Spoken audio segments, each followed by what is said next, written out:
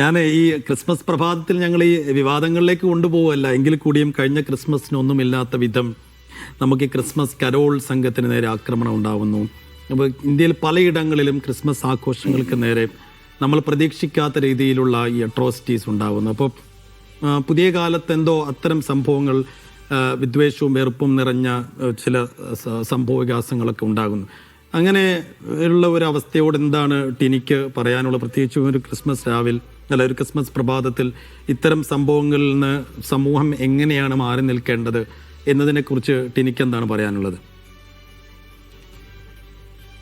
മാനസികമായിട്ട് വലിയ വലിയ സങ്കടം ഉണ്ടാക്കുന്ന കാര്യമാണ്. കാരണം ആഘോഷങ്ങളെ ആക്രമിക്കുക എന്ന് പറയുന്നതിൽ എനിക്ക് വളരെയധികം അത് ആരുടെ ആഘോഷങ്ങളാണെങ്കിലും അതിനെ ആക്രമിക്കുക എന്ന് പറഞ്ഞാൽ പിന്നെ അതൊക്കെ സാത്താൻ്റെ പ്രവർത്തനങ്ങളായിട്ടാണ് ഞാൻ കാണുന്നത്. കാരണം ഏത് ദൈവത്തിൻ്റെ പേരിൽ വന്നിട്ട് ആക്രമിച്ചാൽ അത് ദൈവത്തിൻ്റെ പ്രവൃത്തിയല്ല. ഏത് ദൈവമാണെങ്കിലും ഏത് ഗ്രന്ഥങ്ങളാണെങ്കിലും പറയുന്നത് പീസാണ്. പ്രത്യേകിച്ച് ജീസസ് ക്രൈസ്റ്റ് സമാധാനിക്കുന്നുള്ളതാണ്, ആക്രമിക്കുന്നവനെ തിരിച്ചാക്രമിക്കാനല്ല പറയുന്നത്. ഞാൻ പള്ളിയിൽ കുട്ടിക്കാലം മുതൽ കേൾക്കുന്നതാണ്. തൻ്റെ അയൽക്കാരന് 10 കമാൻഡ്മെൻറ്റ്സ് ഉണ്ട്. അത് മാക്സിമം പാലിച്ച് ജീവിച്ചു പോകാൻ ആഗ്രഹിക്കുന്ന ഒരാളാണ് ഞാൻ. അയൽവക്കക്കാരനെ ഇത് തന്നെയാണ് ഖുർആനിലും പറയുന്നത്, സ്വന്തം പോലെ തന്നെ കരുതണം എന്നാണ് പറയുന്നത്. അതായത് അവിടെ വിശന്നിരിക്കുമ്പോൾ ഞാനിവിടെ കഴിക്കാൻ പാടില്ല, അത് ഖുർആനിൽ പറയുന്നുണ്ട്. അതുപോലെ തന്നെ ഭഗവത്ഗീതയിലും പറയുന്നുണ്ട് സ്നേഹിക്കുക എന്നുള്ളത്. അപ്പോൾ എല്ലാം കൂടി ചേരുന്നതാണല്ലോ നമ്മുടെ ലോകം. മനുഷ്യൻ്റെ രക്തത്തിനൊക്കെ ഒരു നിറമാണ്. പിന്നെ എന്തുകൊണ്ട് ഇത് ഇത്രയും, അതായത് എൻ്റെ മകനൊന്നും ഇങ്ങനെയുള്ള മതത്തിലോ അല്ലെങ്കിൽ അതിൻ്റെ ഉള്ള ഫൈറ്റിലോ രാഷ്ട്രീയത്തിലോ ഒന്നും വിശ്വസിക്കാത്ത ഒരാളാണ്. പുതിയ തലമുറ അങ്ങനെ ചിന്തിക്കുന്നവരാണ്. പക്ഷെ ഇത് എവിടെ നിന്ന് വരുന്നു എന്ന് മനസ്സിലാവുന്നില്ല. പുതിയ പിള്ളേരെ ആർക്കും ഞാൻ ഇത്രയും ഫാനറ്റിക്കായിട്ട് കണ്ടിട്ടില്ല. ഇത് ഏതോ ഒരു ഇങ്ങനെ ആൾക്കാരെ ഇങ്ങനെ ഇൻജക്ട് ചെയ്തിട്ട് അതങ്ങനെ കയറ്റി വിടുന്നു. അപ്പോൾ അതാണ് ഇതുകൊണ്ട് സംഭവിക്കുന്നത്. നമ്മൾ ആഗ്രഹിക്കുന്നത്, ഞാനൊക്കെ കുട്ടിക്കാലം മുതൽ വളർന്നു വന്നിരിക്കുന്നത് ഹിന്ദുവും ക്രിസ്ത്യനും അതുപോലെ തന്നെ മുസ്ലിമും എല്ലാം കൈകോർത്ത് ആഘോഷിക്കുന്ന ആഘോഷങ്ങളുടെ ഭാഗം. കാരണം അമ്പലപ്പറമ്പും പള്ളിപ്പറമ്പുകളിലൂടെയും വന്നിട്ടുള്ള ഒരാളാണ് ഞാൻ. ഈ എൻ്റെ കല പ്രതിനിധീകരിക്കുന്നത് തന്നെ അങ്ങനെയാണ്. മിമിക്രി എന്ന് പറയുന്ന കലയ്ക്ക് ഒരു നിറമില്ല. അതിനുശേഷം സിനിമയിൽ വരുമ്പോഴും നമ്മൾ എത്രയോ ആർട്ടിസ്റ്റുകൾ നമ്മൾ ഒരുമിച്ച് നിന്നിരിക്കുന്നത്, അതാണല്ലോ ഒരു കുടുംബം എന്ന് പറയുന്നത്. പിന്നെ ഇത് എവിടെ നിന്ന് വരുന്ന വിഷയങ്ങളാണെന്ന് എനിക്ക് മനസ്സിലാവുന്നില്ല. അത് മാനസികമായിട്ട് ഭയങ്കര വിഷമം ഉണ്ടാക്കാറുണ്ട് നമുക്ക്. ഓരോ മതത്തിൻ്റെ അല്ലെങ്കിൽ ഇതിൻ്റെയും കുപ്പായം ഇട്ട് ആ ഒരു കണ്ണിലൂടെ കാണുന്നത് വളരെയധികം വിഷമം ഉണ്ടാക്കുന്ന ഒരു കാര്യമാണത്. തീർച്ചയായും അതായത് നമ്മളിപ്പോൾ പറയുന്നുണ്ട് ഈ പുതിയ തലമുറ അവർ ഈ ഒരുപക്ഷെ ദൈവവിശ്വാസത്തിൽ നിന്ന് പോലും അകന്നു നിൽക്കുന്ന ആളുകളാണ്. പക്ഷെ അവർക്കിടയിലേക്കൊക്കെ ഇങ്ങനെ ഒന്ന് കുത്തി നിറയ്ക്കാൻ, അല്ലേ, എനിക്കൊന്ന് വളരെ പോസിറ്റീവായ കാര്യങ്ങൾ ഇത്ര പെട്ടെന്ന് സ്പ്രെഡാക്കാൻ കഴിയില്ല. പക്ഷേ നെഗറ്റീവ് കാര്യങ്ങൾ അല്ലെങ്കിൽ മറ്റൊരാൾക്ക് വിദ്വേഷം വരുത്തുന്ന കാര്യങ്ങളൊക്കെ ഇത്രയും പെട്ടെന്ന് സ്പ്രെഡാകും. അതൊരു വല്ലാത്തൊരു ആശങ്ക തന്നെയാണ്. തരത്തിൽ മാനസികമായി നമുക്ക് എല്ലാവർക്കും ഇത് കേൾക്കുമ്പോൾ മാനസികമായിട്ട് വലിയ ബുദ്ധിമുട്ടുണ്ടാക്കുന്നുണ്ട്. അത് ഏതെങ്കിലും തരത്തിൽ ഇങ്ങനെ നമ്മുടെ ഒരു നെക്സ്റ്റ് ജനറേഷനൊക്കെ അത് ആശങ്കപ്പെടുത്തുന്നുണ്ടാകുമോ? തീർച്ചയായിട്ടും ഉണ്ടാവില്ല. ഞാനിപ്പോൾ എൻ്റെ സഭയിൽ തന്നെ നടക്കുന്ന ഫൈറ്റുകൾക്കെതിരെ ഞാൻ പറഞ്ഞിട്ടുള്ളതാണ്.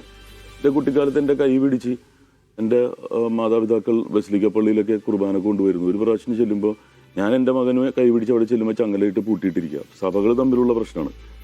കർത്താവ് ഒന്നേ ഉള്ളൂ, പക്ഷേ ഒരു 160 പേര് അങ്ങോട്ടും ഇങ്ങോട്ടും ഫൈറ്റ് ചെയ്തുകൊണ്ടിരിക്കുകയാണ്. അതുകൂടാണ്ടാണ് ഈ പുറത്തുനിന്നുള്ള ആക്രമണവും ഈ ക്രിസ്ത്യാനികൾ നേരിട്ടുകൊണ്ടിരിക്കുന്നത്. അപ്പോൾ ഞാൻ ഇൻഡിപെൻഡൻ്റ് ആയിട്ട് ചിന്തിക്കുന്നത്, ഞാനൊരു റിലീജിയസ് അല്ല, സ്പിരിച്വലാണ്. ദൈവത്തിൽ വിശ്വസിക്കുന്നു, ദൈവത്തിനെ പ്രാർത്ഥിക്കുന്നു. അപ്പോൾ എല്ലാവരും സ്വീകരിക്കേണ്ട ഒരു വിശ്വാസത്തിലുള്ള ഒരാളാണ് ഞാൻ. അപ്പോൾ അതുകൊണ്ട് തന്നെ റിലീജിയസ് എന്ന് പറഞ്ഞിട്ട് ക്രിസ്ത്യൻ നമ്മൾ ഇങ്ങനെ നമ്മുടെ ദൈവമാണ് ദൈവം എല്ലാവരും അംഗീകരിക്കുന്ന ഒരു കോൺസെപ്റ്റിലുള്ളതാണ്.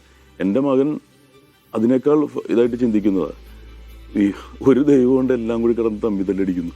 മുകളിൽ നിന്ന് നോക്കുമ്പോൾ ഒന്ന് ഓർത്ത് നോക്കിയേ, അല്ലെങ്കിൽ ഈ ഒരു കാലഘട്ടം ഒന്ന് ഓർത്തു നോക്കൂ. എന്തിനു വേണ്ടിയിട്ടാണ്, ആർക്ക് വേണ്ടിയിട്ടാണെന്നുള്ളത് ഇപ്പോഴും അവർ നമ്മളോട് ചോദിക്കുമ്പോൾ പല ചോദ്യങ്ങൾക്കും അങ്ങോട്ട് മറുപടി പറയാൻ പറ്റുന്നില്ല. പിന്നെ എന്തിനാണ് ഇങ്ങനത്തെ ഒരു സെപ്പറേഷൻ, ഡിവൈഡിങ്? അത് ഞാൻ പറഞ്ഞില്ലേ, ദൈവത്തിൻ്റെ മാർഗമാണെങ്കിൽ സമാധാനവും സന്തോഷവും സ്നേഹവും ഇരിക്കും.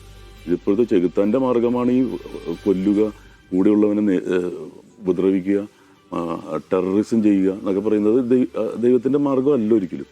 അപ്പോൾ ഇത് രണ്ടും തിരിച്ചറിഞ്ഞു കഴിഞ്ഞാൽ, വേർതിരിച്ചറിഞ്ഞിരുന്നെങ്കിൽ അതൊരിക്കലും ആരും ഏറ്റെടുക്കില്ല. ശരി ടിനി, അപ്പോൾ എങ്ങനെയാണ് ഷൂട്ടിംഗ് ഒക്കെ എങ്ങനെ പോകുന്നു? ഏതൊക്കെയാണ് ഇപ്പോൾ പടങ്ങൾ? ഇപ്പോൾ റിലീസ് ആവേണ്ടിയിരുന്നത് പെരുങ്കളിയാട്ടം എന്നൊരു പടമായിരുന്നു. അത് ഇപ്പോൾ ഡിസംബറിൽ ജയരാജ് സാറിൻ്റെ സുരേഷ് ഗോപി ചിത്രമായിരുന്നു ക്രിസ്മസ് റിലീസ് വെച്ചത്. പക്ഷേ ചില സാങ്കേതിക പ്രശ്നങ്ങൾ തീർക്കാനുള്ളത് കൊണ്ട് അത് ജാനുവരിയിലായിരിക്കും. ഇപ്പോൾ ഷൂട്ടിംഗ് തുടങ്ങേണ്ടിയിരുന്നതും ഒന്ന് പോസ്റ്റ്പോൺ ആയിട്ടുണ്ട്.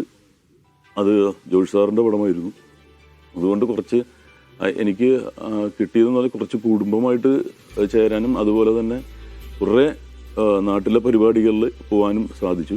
പക്ഷെ എപ്പോഴും സിനിമ തന്നെയാണ്. എനിക്ക് സിനിമയിലാണെങ്കിൽ ഇപ്പോൾ വിട്ട് നിൽക്കണമെന്ന് പറഞ്ഞിട്ടുണ്ടെങ്കിൽ ഞാൻ അവിടെ നിൽക്കുള്ളൂ. കാരണം ഞാൻ ഒന്നാം സ്ഥാനം കൊടുക്കുന്നത് എൻ്റെ കലാപ്രവർത്തനങ്ങൾക്ക് തന്നെയാണ്. ശരി. അപ്പൊ എന്തായാലും സന്തോഷം. ക്രിസ്മസ് ദിനത്തിൽ ഇങ്ങനെ വന്നു സംസാരിച്ചു. അപ്പോൾ ഇനി ഒരുപാട് സന്തോഷത്തിന്റെ മണിക്കൂറുകൾ അങ്ങോട്ട് വരട്ടെ എന്ന് കൂടെ ഞങ്ങൾ ആശംസിക്കുകയാണ്. ഒരിക്കൽ കൂടി ഹാപ്പി ക്രിസ്മസ്.